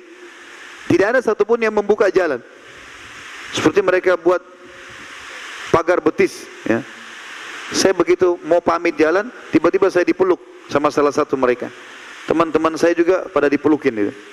Saya lihat wajahnya orang ini, saya nggak kenal siapa ini, main peluk-peluk aja nih.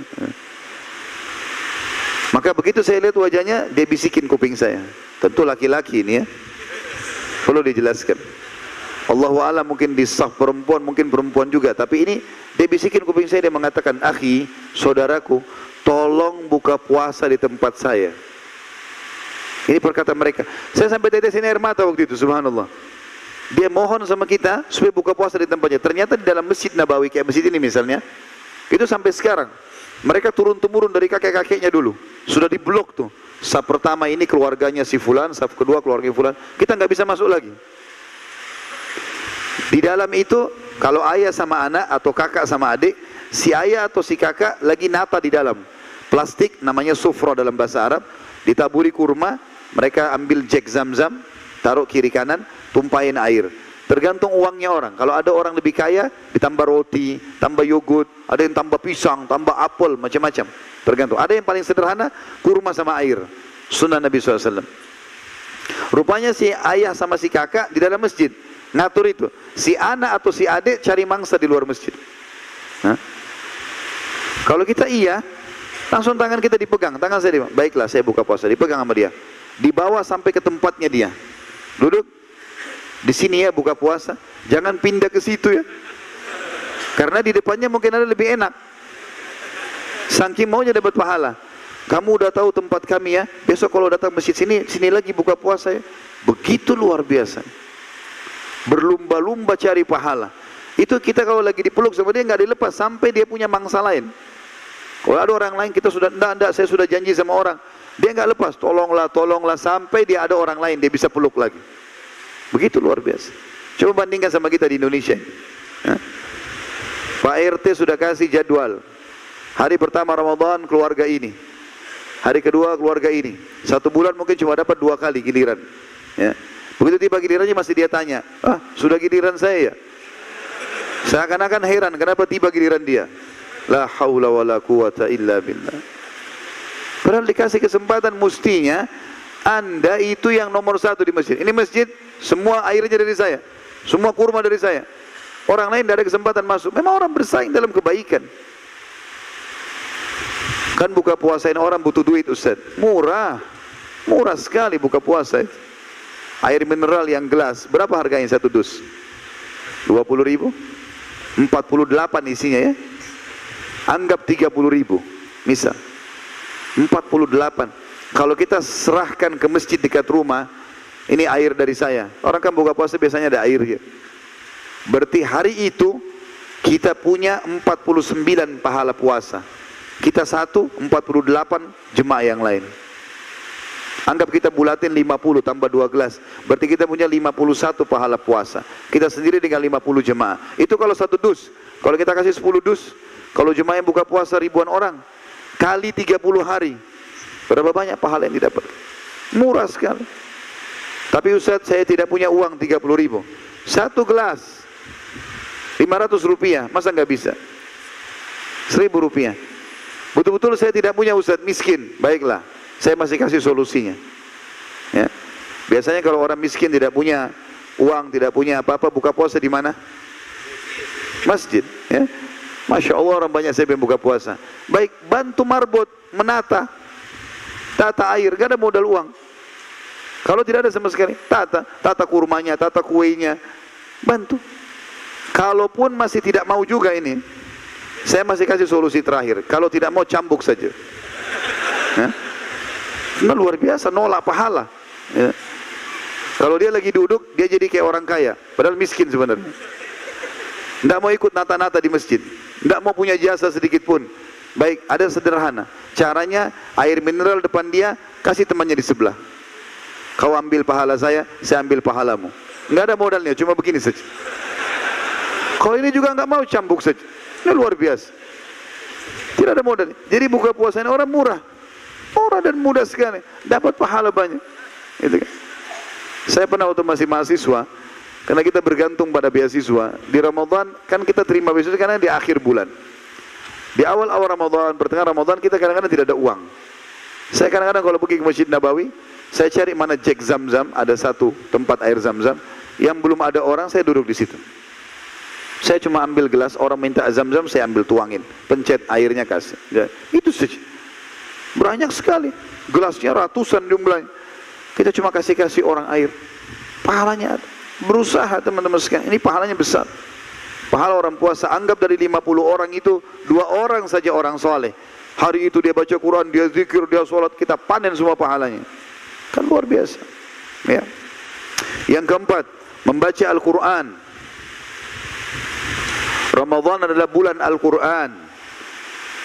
Yang belum bisa membaca Al-Quran, belajar baca di Ramadan. Yang sudah bisa baca, khatam Al-Quran.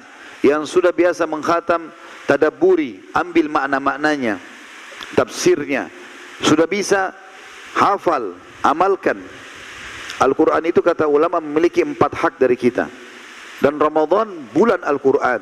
Allah berfirman dalam Al-Quran, A'udzubillahi minasyaitonirrajim, Syahrul Ramadan alladzi unzila fihi Al-Quran. Al-ayah. Bulan Ramadan itu bulan yang diturunkan Al-Quran dalamnya. Bahkan sebagian salaf subhanallah meninggalkan aktivitasnya di Ramadan kecuali baca Quran. Sibuk dengan Al-Quran terus. Ada di antara mereka bahkan menutup majelis-majelis ilmunya. Gitu kan? Kita ingin membaca Al-Quran. Imam Syafi'i rahimahullah mengkhatam Al-Quran di bulan Ramadan 60 kali. Artinya sehari 2 kali khatam. Itu luar biasa. Sebagian sahabat ada yang mengkhatam Al-Quran di solat witir terakhir, yang biasa antum baca Qulhuwallahu ahad itu. Nah, itu Utsman bin Affan membaca 30 juz. Kok bisa Ustaz? Mulai dulu. Orang kalau sudah mulai, Allah berkahi.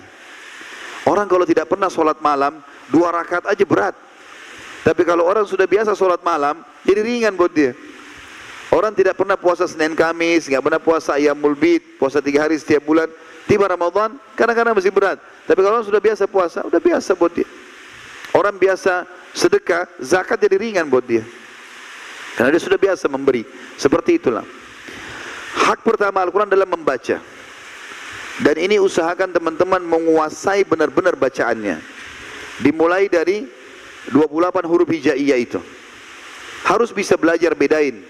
Mana zal, zalika, mana zai, idza zulzila, mana sin dan mana shin. Beda. Idza syams. Ya. Beda antara dha atau sad, ya. Ihdinas siratal mustaqim. Beda dengan dha, al-zalimin. Jangan dipukul rata semua sama ini. Karena beda makna. Makanya harus belajar. Kita baca idza zulzilatil ardu zilzalaha, sewaktu bumi kami goncang pada hari kiamat dengan goncangan yang besar. Kalau kita tidak bedakan mana zal, idza, lidah ditekan ke atas, zulzila, zai, bergetar lidah, maka kita pukul rata, misalnya kita jadikan sin, isa sulsilatil ardu silsala, misal. Silsila artinya bersambung. Berarti sewaktu bumi bersambung-sambung hari kiamat. Beda maknanya. Hah? Yang kita sayangkan kadang-kadang, bahkan maaf saya tidak singgung siapapun, tapi saya pernah temukan begitu. Masuk masjid, imam masjidnya pun masih salah bacanya. Ada kadang-kadang mau terlalu fasih tapi salah. Bedakan antara ha keluar angin, ar-rahmanir rahim, dengan kha yang ada titiknya, khalidina fiha, seperti maaf orang kalau mau meludah, khalidina fiha. Kemudian ada ha yang seperti ada 2 matanya, ya. Dina di dada itu. Tidak boleh sama ini, bedain, belajar. Panggil ustaz untuk belajar, gitu kan. Supaya tahu ini. Dari Ramadan ini jadikan momentum belajar supaya tempatnya bagus gitu. Kalau kita baca alhamdulillahi rabbil alamin, alhamdu, ha keluar angin dari mulut, berarti segala puji bagi Allah. Kalau kita ganti menjadi ha, alhamdulillah, berarti kematian buat Allah. Beda makna, hanya salah penyebutan. Ini harus belajar ini. Tadi saya bilang ada orang mau fasih, alhamdulillah gitu. Alhamdulillah bukan alhamdulillah. Beda maknanya. Rabbil alamin, bedakan antara hamzah, alif dengan ain. Beda. Alamin dengan alamin beda. Rabbil alamin, Tuhannya alam semesta. Rabbil alamin, Tuhannya orang-orang sakit. Beda maknanya. Harus dipelajari. Kata Nabi SAW dalam hadis yang sahih riwayat Bukhari Muslim, siapa yang membaca Al-Quran dan dia menguasainya, tajwidnya, kapan dia mendengung, guna, kapan tidak mendengung, kapan dia disembunyikan hurufnya, ikhfa, kapan dia harus diganti dengan huruf yang lain, dan seterusnya. Ini ada ilmunya sendiri, dipelajari, tidak lama. Insya Allah sehari 2 hari selesai Bapak Ibu belajar, asal memang mau belajar. Siapa yang membaca Al-Quran dan dia menguasainya, maka dia akan bersama kedudukannya dengan para malaikat, kata Nabi SAW. Dan siapa yang membaca Al-Quran dan dia terbata-bata, tapi dia coba belajar, dicatatkan baginya 2 pahala. Sunnahnya, hak pertama Al-Quran adalah mengkhatamnya, baca sampai habis, baca sampai habis, ya. Ini dibaca, dan ini sunnahnya diurut dari Al-Fatihah surah nomor 1, Al-Baqarah surah nomor 2, Al-Imran surah nomor 3, An-Nisa surah nomor 4, Al-Maidah surah nomor 5, terus begitu, Al-An'am, ya, terus Al-Anfal, lanjut At-Taubah, terus sampai 114 An-Nas.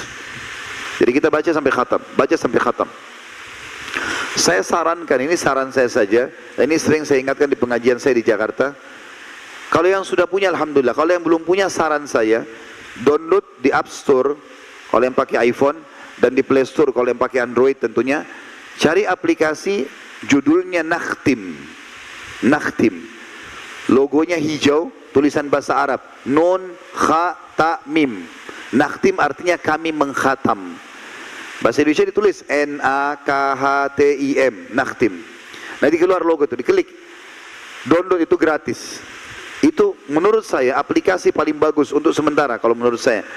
Jadi di situ nanti kita bisa pilih surah yang kita mau mulai, misalnya surah pertama Al-Fatihah di ayat pertama. Kemudian di bawahnya kita bisa pilih nama qari yang kita mau. Nanti kita bisa dengar suaranya. Kemudian nanti di bawah sekali ada tulisan mulai. Kita mau mulai. Kelebihannya dia, setiap kali kita tutup handphone dan kita buka, ya kan biasa orang pakai PIN, pakai password, ya pakai pola. Setiap kita buka, keluar ayat yang terakhir kita baca atau lanjutannya. Jadi kita bisa khatam. Setiap buka pasti, kalau 50 kali kita buka sehari handphone kita untuk balas WA, telepon orang, 50 ayat kita baca. Gitu kan? Itu sangat bagus. Kalau kita lagi baca ayat, kemudian kita ingin dengar bagaimana tajwid yang benarnya.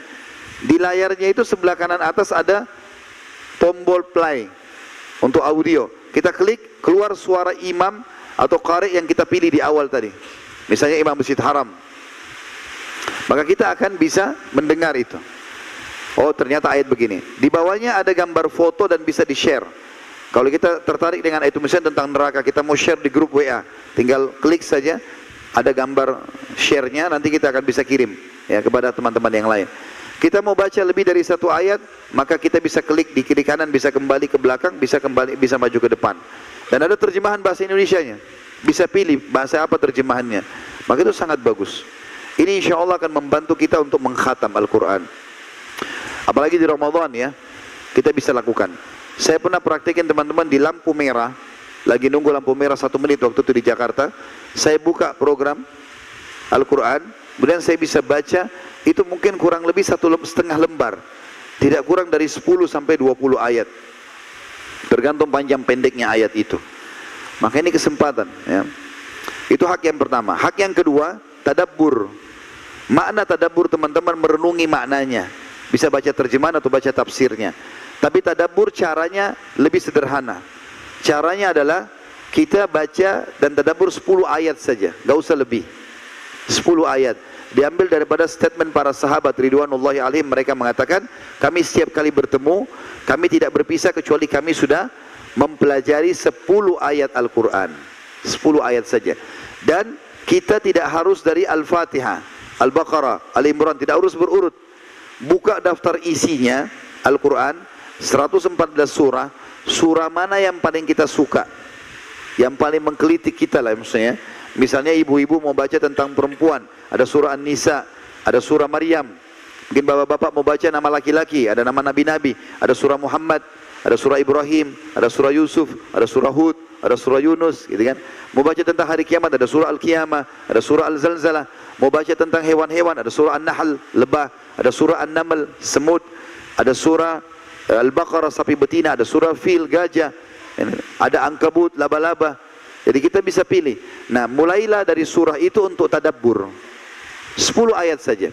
Baca ayatnya, baca terjemahannya. Kalau tadi aplikasi yang saya bilang itu, kadang-kadang dia ikutkan tafsirnya. Cukup bagus. Misalnya ulama berpendapat bahwasanya yang dimaksud di sini adalah ini. Itu sangat bagus, kita bisa baca 10 ayat tadabbur ini.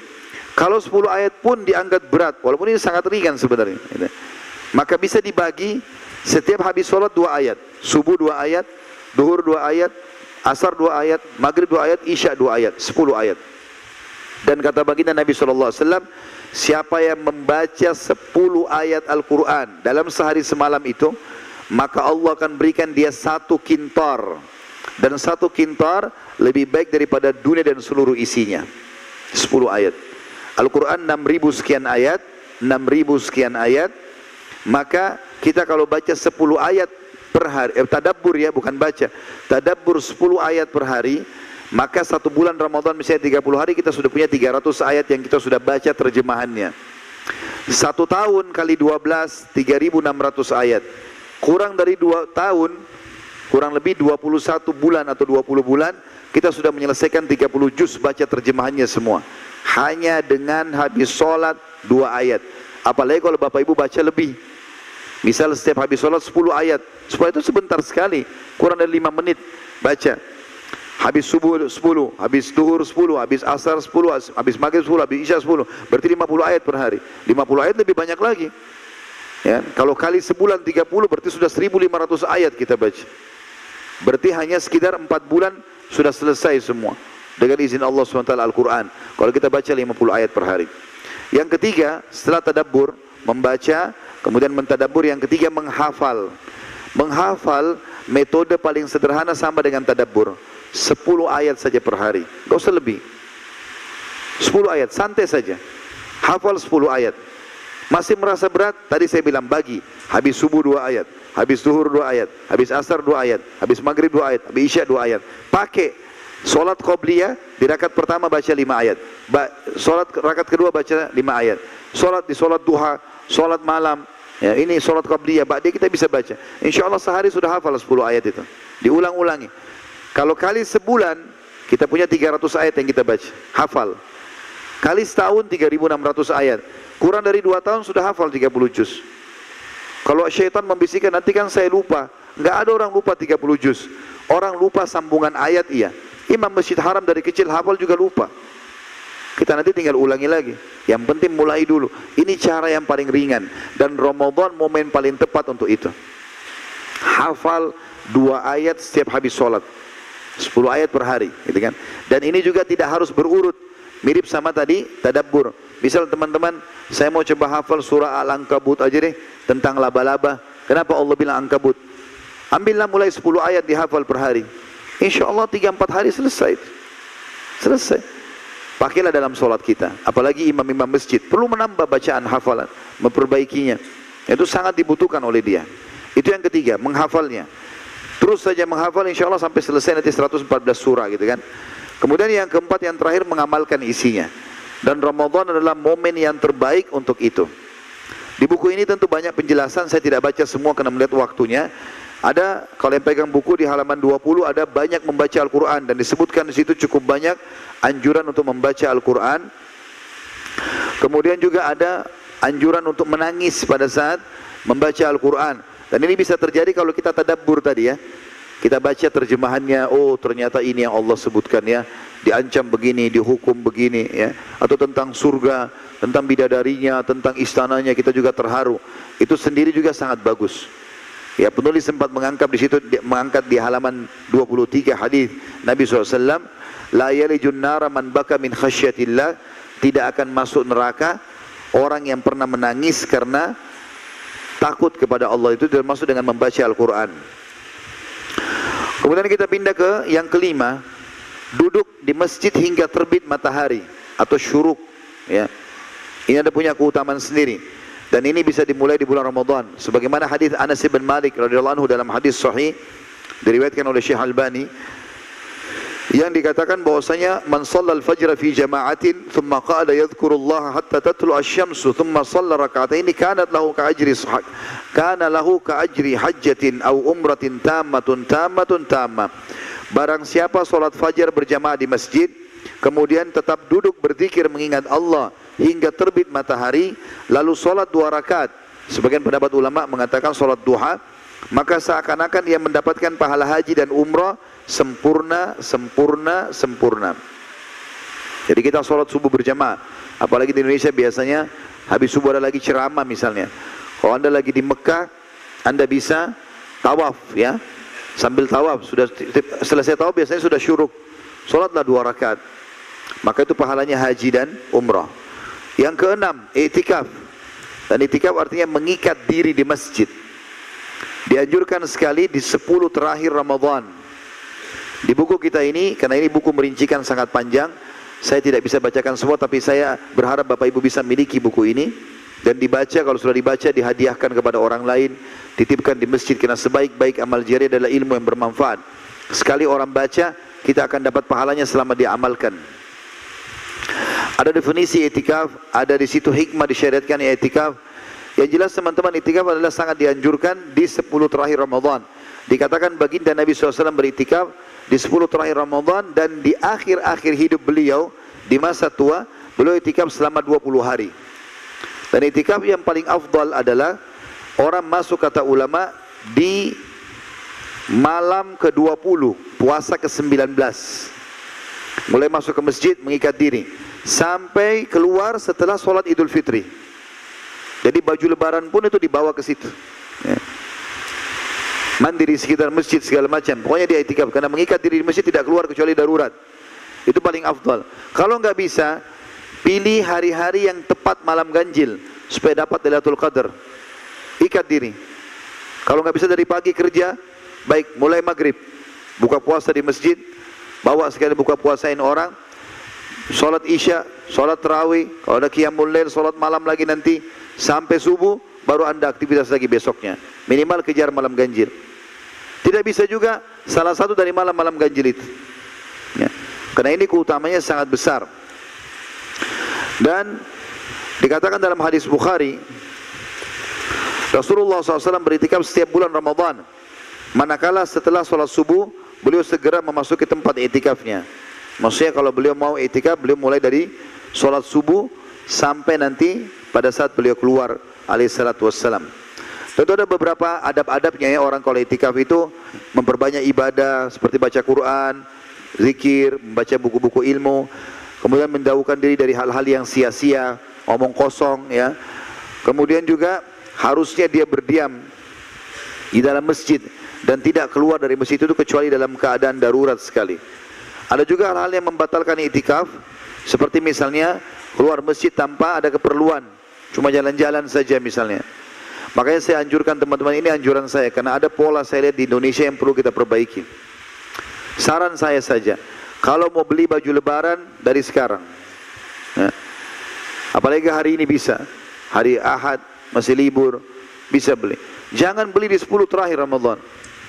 Kenapa Ustaz? Itu kan saja ikat diri di masjid, bukan di pasar. Sayang sekali di pasar, dibuang-buang waktu. Kami kan pedagang Ustaz, dagang paginya, malamnya harus i'tikaf. Kalau memang harus cari rezeki buat keluarga.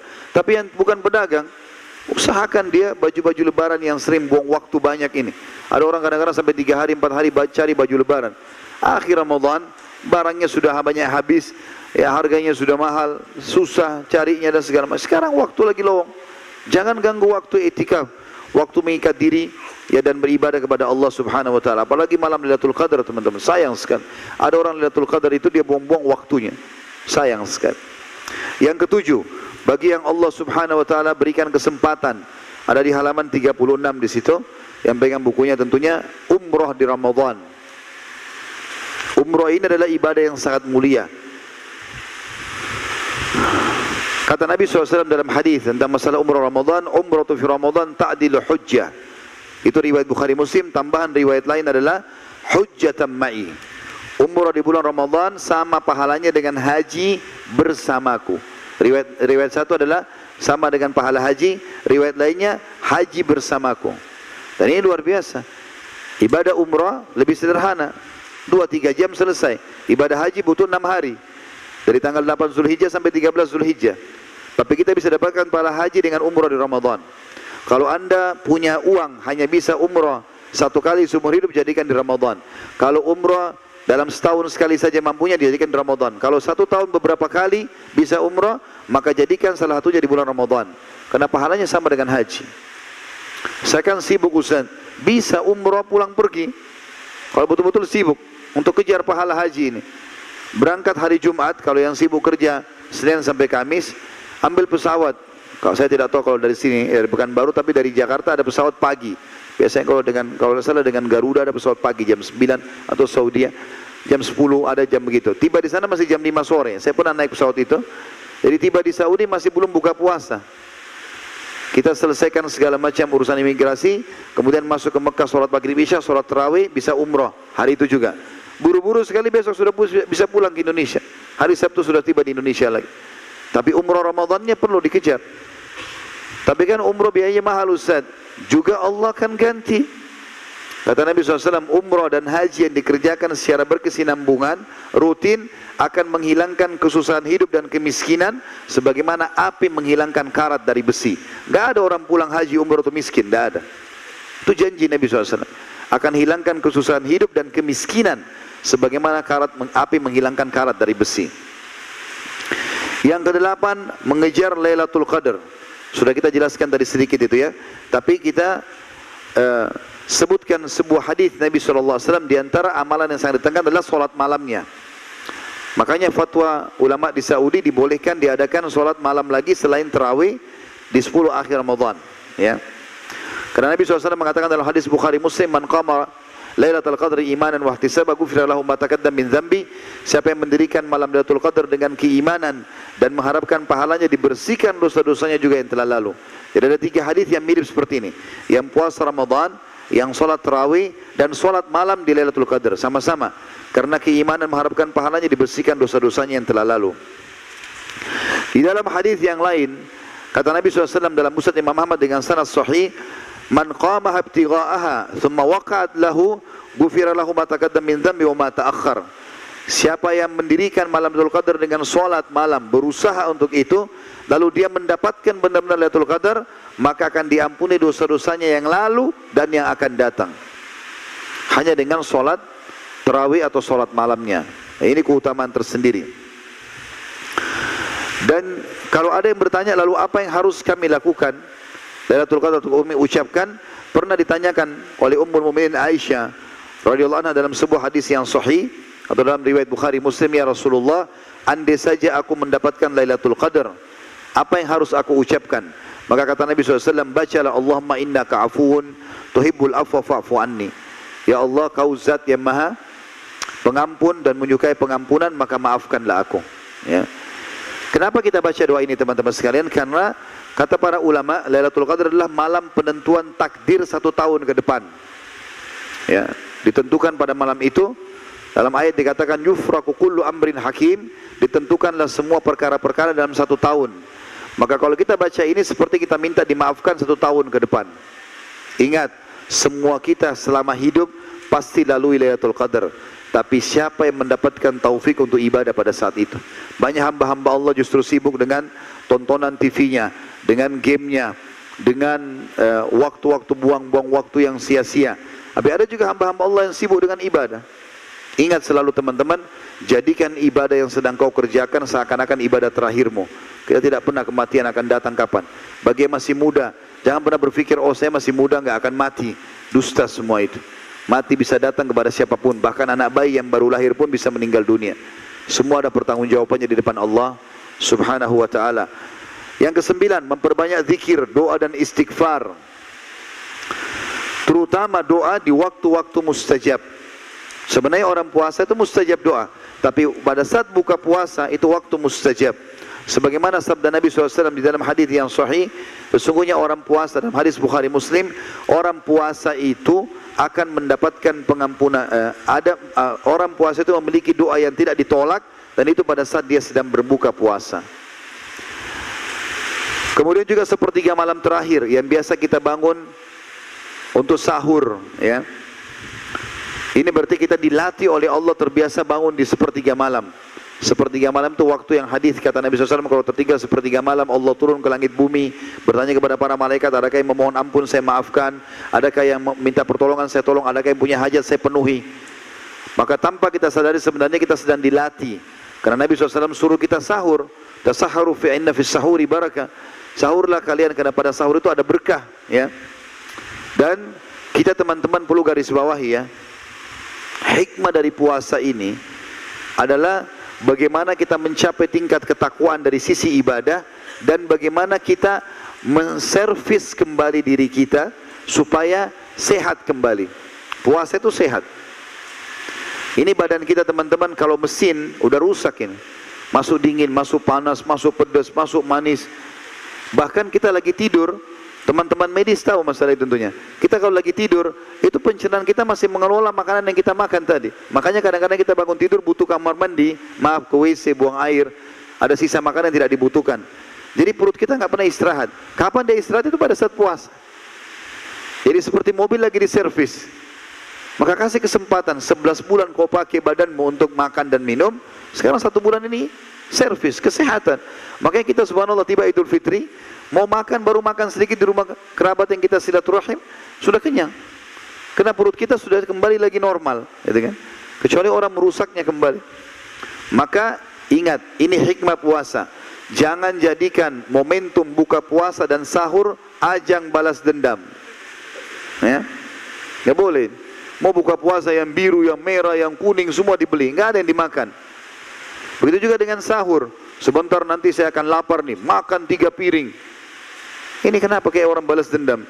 Bukan begitu caranya. Berarti tidak ada hikmah daripada kesehatan tadi. Makanya Nabi SAW bilang, sebaik-baik makanan buka puasa kalian adalah kurma, dan sebaik-baik makanan kalian di sahur adalah kurma. Kenapa Nabi nggak bilang daging? Kenapa kurma? Karena memang hikmahnya bukan memperbanyak makanan di perut, tapi nutrisi yang tepat. Kurma sangat padat dan manis.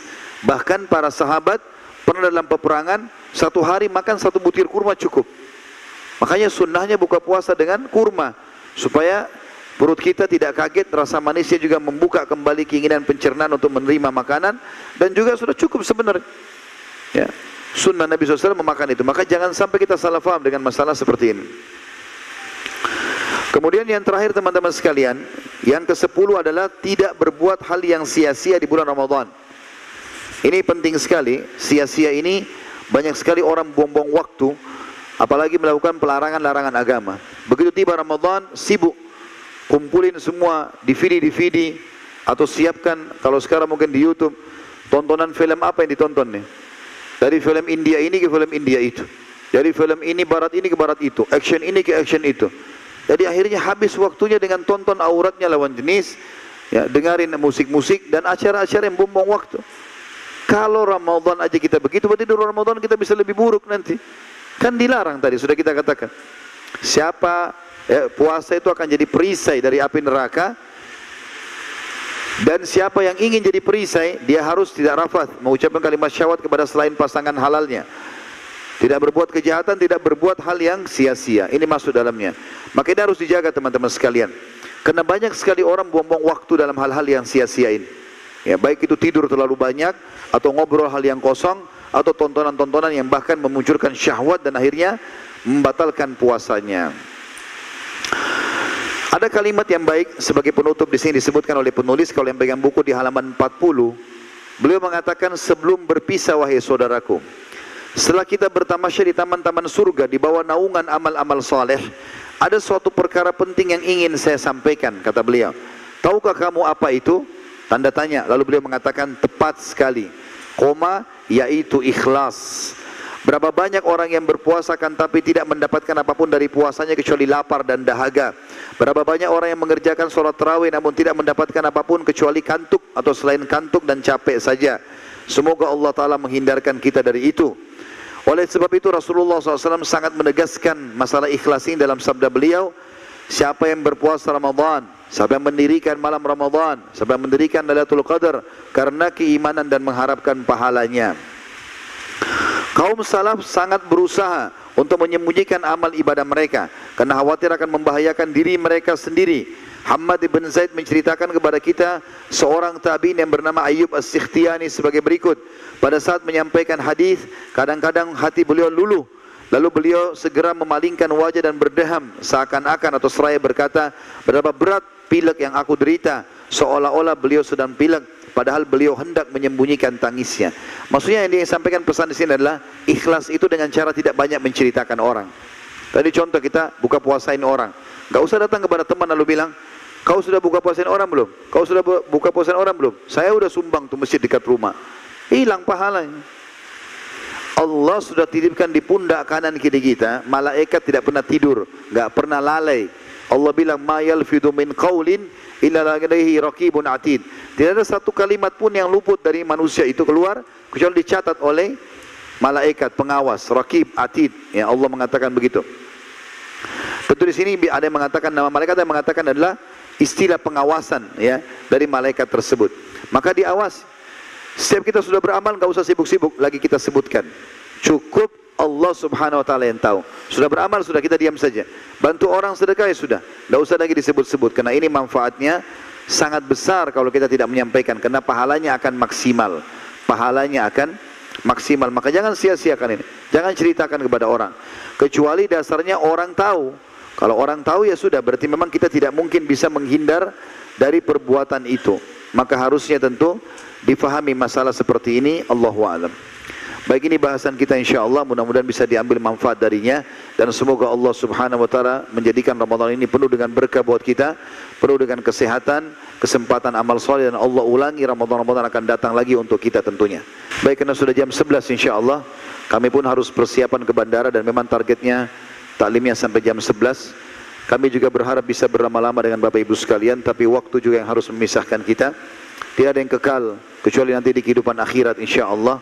Maka dunia ini memang ada pertemuan, ada perpisahan. Semoga saja apa kita sampaikan ini bermanfaat buat kita semua, dan Allah jadikan ini sebagai tambahan amal kita pada hari kiamat. Semoga Ramadan ini dan Ramadan yang akan datang, semuanya Allah berikan kita kesehatan, kekuatan, kesempatan untuk beramal soleh maksimal, dan semoga Ramadan yang lalu semuanya diterima oleh Allah dengan pahala yang sempurna. Dan selalu kita doakan agar negara tercinta Indonesia menjadi negara yang aman, tentram, damai, seluruh umat Islam di bawah naungan ukhuwah Islamiyah, dan dalam ibadah mereka kembali kepada Al-Quran dan Sunnah. Dan semoga Allah melunasi utang negara ini semudah-mudahnya, dan membukakan rezekinya dari seluruh penjuruhnya. Dan Allah karuniakan kita pemimpin muslim yang adil kembali kepada Al-Quran dan Sunnah. Dan semoga Indonesia menjadi contoh bagi negara yang lain. Selalu kita doakan saudara kita di Palestina, di Syria, di Yaman, di Irak, di Myanmar, di Ahsa, dimanapun mereka berada sedang tertindas. Semoga Allah ikhlaskan niat mereka, terima para syuhada mereka, muliakan Islam di tangan mereka dan tangan kita semua, dan Allah ikut sertakan kita bersama mereka di pahala, baik dengan doa, dengan harta, juga dengan jiwa kita. Dan semoga Allah menyatukan kita semua di surga firdausnya tanpa hisab, menyatukan dalam majlis ilmu yang mulia ini. Pada benar dari Allah, pada salah dari saya mohon dimaafkan. Subhanakallahumma bihamdika asyhadu an la ilaha illa anta astaghfiruka wa atubu ilaik. Wassallallahu nabiyana Muhammadin walhamdulillahi rabbil alamin. Wassalamualaikum warahmatullahi wabarakatuh.